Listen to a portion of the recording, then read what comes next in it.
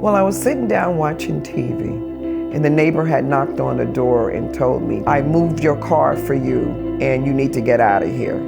And so I ran to the door, and I saw how high the waters were, and it reminded me like the Red Sea of the water just coming down with full force. And so I turned to Michael, my son, and told him, "You better get out of here," and to his sister, "We got to go." We didn't have time to get a coat, a hat, whatever we had on, we had to run honestly and quickly for our lives. In the midst of that water, nothing mattered to me. The house didn't matter, the car didn't matter. It was just life. I wanted them to be safe. By the goodness of God, we made it.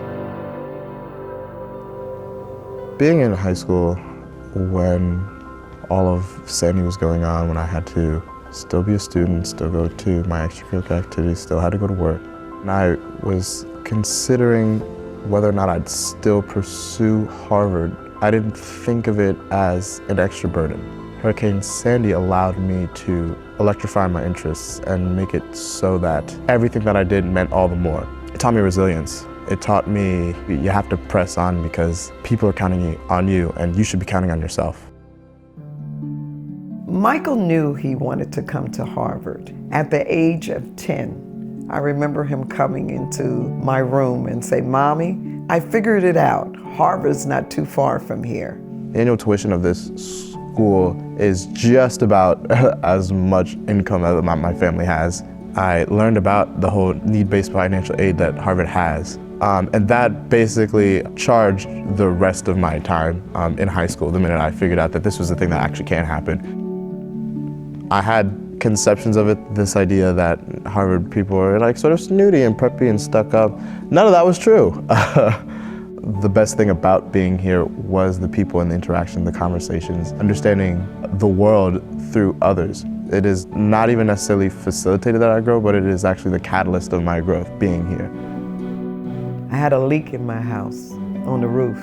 You know, it was an older house. And I said, "I need this to get fixed." So Sandy took out the old. And I believe that if you lose something, you will recover greater things. Every moment in life counts. Flat out, I want to sing. I want to sing.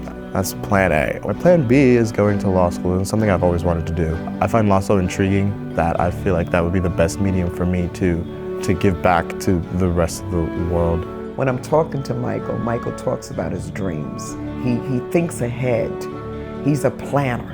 If there's anything that I learned from being homeless for 14 months, it was that, you gotta find joy, and you gotta find joy in everything, Am I taking for granted any moment that I've been given? Because this is nothing short of a blessing that a lot of people want, that not everyone can have.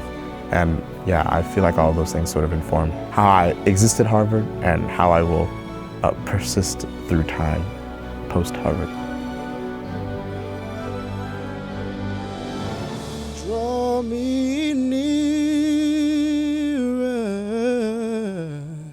nearer, blessed Lord, to the cross.